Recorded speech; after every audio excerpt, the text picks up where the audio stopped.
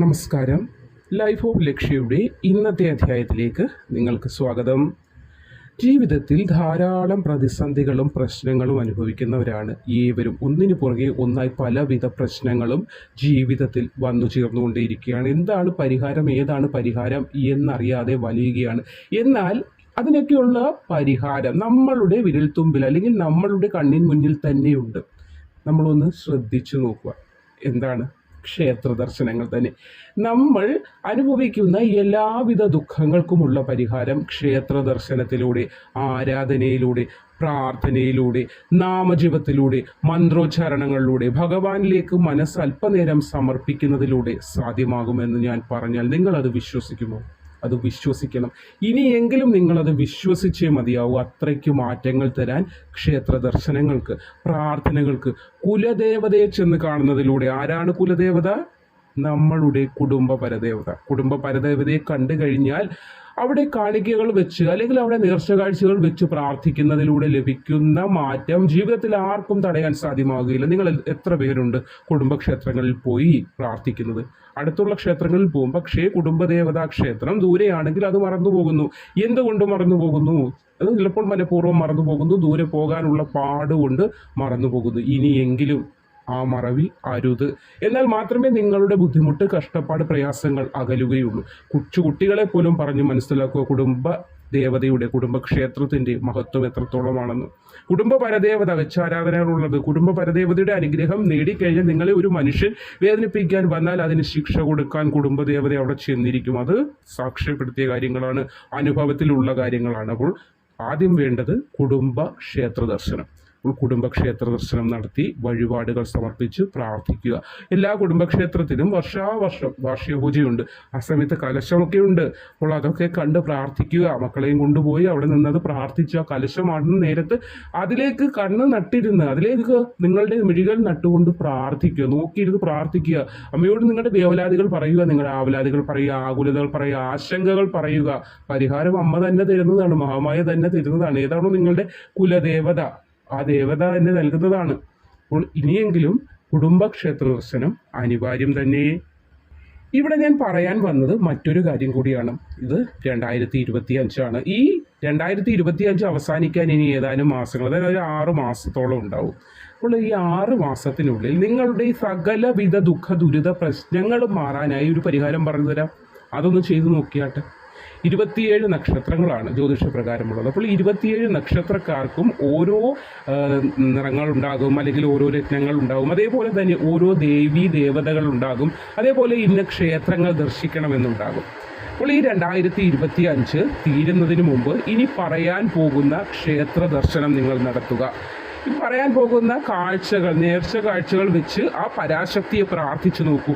നിങ്ങൾ വിഷമിക്കുന്ന ദുഃഖങ്ങൾ, അതായത് ആരോഗ്യ സംബന്ധമായ പ്രശ്നങ്ങൾ, മക്കളെ ഓർത്തുള്ള വേവലാതികൾ, ദാമ്പത്യ പ്രശ്നങ്ങൾ, കുട്ടികളില്ല എന്നുള്ള പ്രശ്നങ്ങൾ, കുട്ടികൾ പഠിക്കുന്നില്ല എന്നുള്ള പ്രശ്നങ്ങൾ, അങ്ങനെ നിങ്ങളുടെ ഒട്ടുമിക്ക പ്രശ്നങ്ങളും ഈ 6 മാസത്തിനുള്ളിൽ മാറിയിരിക്കും. അമ്മ പരാശക്തി മാറ്റിയിരിക്കും. ഏത് കാര്യത്തിനും അടിയുറച്ച വിശ്വാസമാണ്. നിങ്ങൾ എന്തുകൊണ്ട് ഇത് ഭയങ്കര ഉറച്ചു പറയുന്നു എന്ന് ചോദിച്ചാൽ, വിശ്വാസം, ആ മഹാമായയോടുള്ള, ആ പരാശക്തിയോടുള്ള, ആ ദേവനോടുള്ള വിശ്വാസം കൊണ്ടാണ് എനിക്ക് നിങ്ങളിലേക്ക് ഇത് പറഞ്ഞു തരാൻ സാധിക്കുന്നത്. അല്ലെങ്കിൽ ഇത് സാധ്യമാകുമോ? ഇല്ല. അപ്പോൾ ഇനി പറയാൻ പോകുന്ന 27 നക്ഷത്രക്കാർക്കും ഇനി പറഞ്ഞു തരാൻ പോകുന്ന ക്ഷേത്രങ്ങൾ, അതായത് ഇനി 6 മാസം, ഈ 6 മാസത്തിൽ നാളെ പോകാൻ പോകണമെന്ന് ഉറച്ച് പറയുകയല്ല. ഈ 6 മാസം, ഈ വീഡിയോ നിങ്ങളുടെ ചെവിയിൽ എത്തിയതിനു ശേഷമുള്ള 6 മാസങ്ങളാണ് 2025 അവസാനിക്കുന്നതിന് മുന്നേ നമ്മുടെ കയ്യിലുള്ളത്. അപ്പോൾ ഈ 6 മാസത്തിൽ ഒരിക്കലെങ്കിലും ഈ പറയുന്ന ക്ഷേത്ര ദർശനം നിങ്ങൾ നടത്തിയാൽ വരുന്ന വർഷങ്ങളിൽ നിങ്ങൾക്ക് ഈ ഇപ്പോൾ അനുഭവിച്ചുകൊണ്ടിരിക്കുന്ന ദുഃഖങ്ങൾ ഉണ്ടാവുകയില്ല. അത്രത്തോളം ഉയർച്ചയിലേക്ക് ഭഗവാൻ നിങ്ങളെ എത്തിക്കും. നിങ്ങൾ മനസ്സറിഞ്ഞ് അടിയുറച്ച് ഭഗവാനെ വിശ്വസിക്കുക, പ്രാർത്ഥിക്കുക. അല്ലാതെ ഒരു വിഷമം വരുമ്പോൾ ഭഗവാൻ എനിക്ക് ആ വിഷമം വരുത്തി എന്ന് പറഞ്ഞ് ഭഗവാനെ തള്ളിക്കളയുകയല്ല വേണ്ടത്. ചേർത്ത് നിർത്തും. ഭഗവാനോട് ചേർന്ന് ചെല്ലുക നമ്മൾ. അല്ലാതെ വിഷമങ്ങൾ വരുമ്പോൾ പോസിറ്റീവ് അല്ലാതെ ഒരു ചിന്തയിലേക്ക് നമ്മൾ മാറിക്കഴിഞ്ഞാൽ വീണ്ടും നമ്മൾ പുറകോട്ടാവുകയാണ്. പിന്നെയും നമ്മൾ അത്രത്തോളം ഊർജ്ജം എടുക്കണം ഭഗവാനിലേക്ക് എത്തിച്ചേരുന്നതിനായിട്ട്.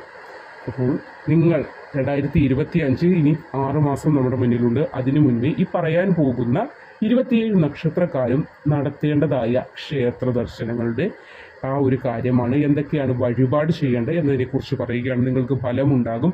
ഫലം ലഭിച്ചതിന് ശേഷം നിങ്ങൾ ഈ കമൻറ്റ് ബോക്സിൽ അത് രേഖപ്പെടുത്തുക. നിങ്ങൾക്ക് ഫലം ലഭിക്കും. പ്രാർത്ഥനയോടുകൂടി പോയി ഇത് ചെയ്യുക.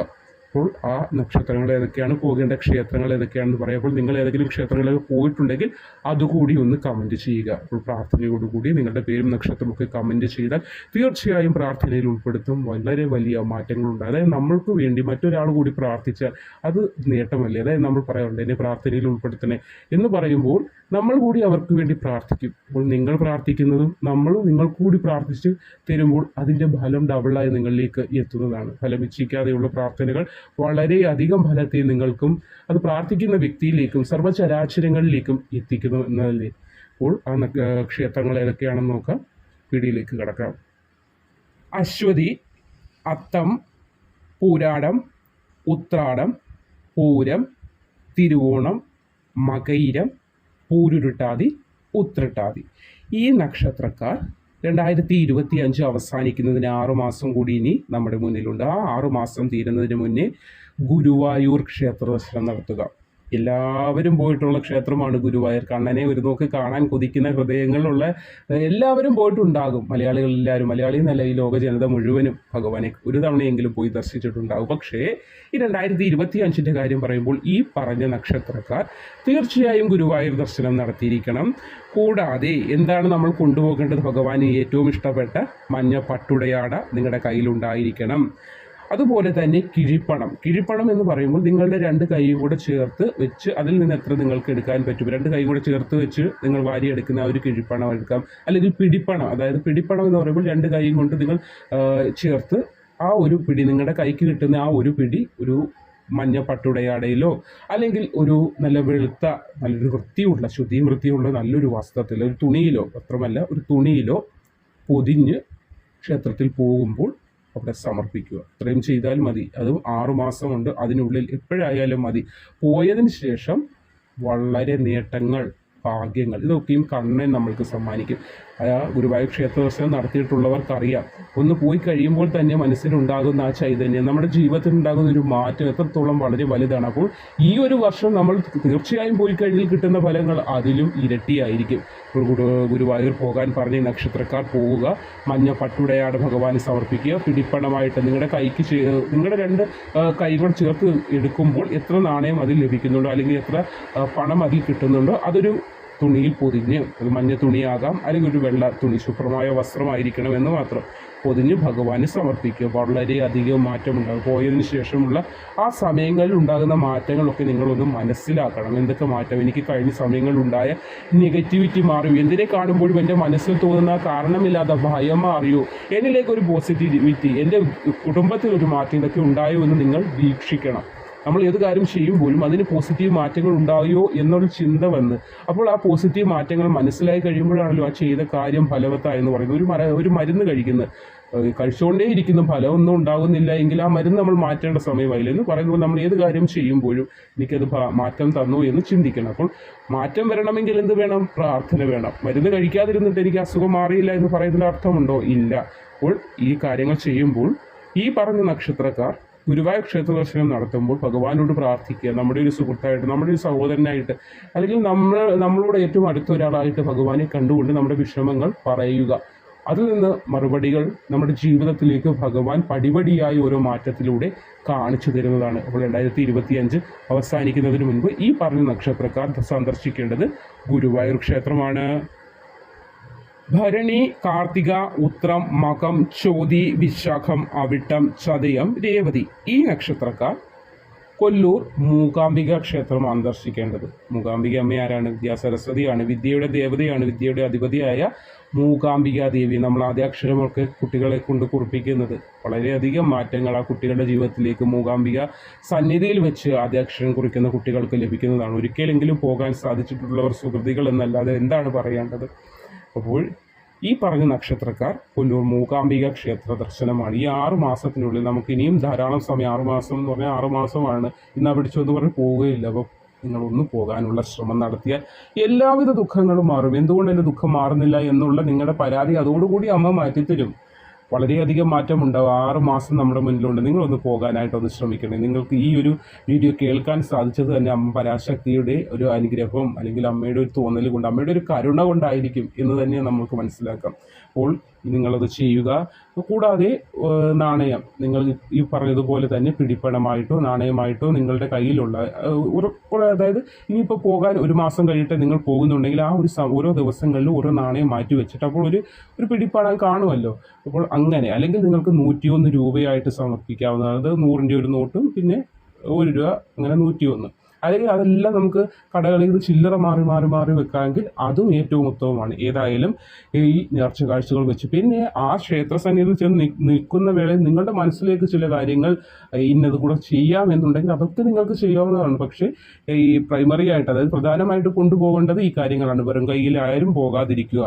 അപ്പോൾ രക്ഷപ്പെടാനുള്ള വളരെ വലിയൊരു വഴിയാണിത്. അതായത് ഏത് ക്ഷേത്ര ദർശനം നടത്തിയാലും ഫലം തന്നെയാണ്. എങ്കിൽ പോലും ഈ പറഞ്ഞ നക്ഷത്രക്കാർ 2025 അവസാനിക്കുന്നതിന് മുമ്പ് മൂകാംബിക ക്ഷേത്ര ദർശനം നടത്തേണ്ടത് വളരെയധികം മാറ്റത്തെ നിങ്ങളുടെ ജീവിതത്തിലേക്ക് എത്തിക്കുന്നതാണ്. രോഹിണി, തിരുവാതിര, പുണർദം, പൂയം, ആയില്യം, ചിത്തിര, അനിഴം, തൃക്കേട്ട, മൂലം ഈ നക്ഷത്രക്കാർ ചോറ്റാനിക്കര ക്ഷേത്ര ദർശനമാണ് നടത്തേണ്ടത്. അപ്പോൾ ജീവിത ദുഃഖങ്ങൾ തീരാൻ, ജീവിത വിജയം ലഭിക്കാൻ, ജീവിത നേട്ടം കൊയ്യാൻ അതിനൊക്കെ നിങ്ങൾക്ക് ഈ ഒരു ക്ഷേത്ര ദർശനത്തിലൂടെ തന്നെ 2025 തീരുന്നതിന് മുൻപ് നടത്തുക. വളരെയധികം മാറ്റമുണ്ടാകും. കുടുംബവുമായി ബന്ധപ്പെട്ടുള്ള എല്ലാ പ്രശ്നങ്ങളും മാറുന്നതിന് ഇത് സഹായിക്കുന്നതാണ്. ഇന്ന ദിവസം എന്നൊന്നുമില്ല. നിങ്ങൾ ഈ 6 മാസം തീരുന്നതിന് മുമ്പ് ഏത് ദിവസമാകട്ടെ നിങ്ങൾക്കത് ചെയ്യുക. ഒരു പിടിപ്പണം പറഞ്ഞതുപോലെ നാണയം കിഴികെട്ടി പിടിപ്പണവുമായിട്ട് ഭഗവതിയുടെ അടുത്ത് ചെല്ലുക. അപ്പോൾ അത് വളരെയധികം ഒരു മാറ്റത്തെ നിങ്ങളുടെ ജീവിതത്തിലേക്ക് കൊണ്ടുവരുന്നതാണ്, നേട്ടത്തെ കൊണ്ടുവരുന്നതാണ്, ഐശ്വര്യത്തെ പ്രദാനം ചെയ്യുന്നതാണ്. വളരെയധികം മാറ്റം നിങ്ങൾക്ക് ഇതിലൂടെ ഉണ്ടാകുന്നതാണ്.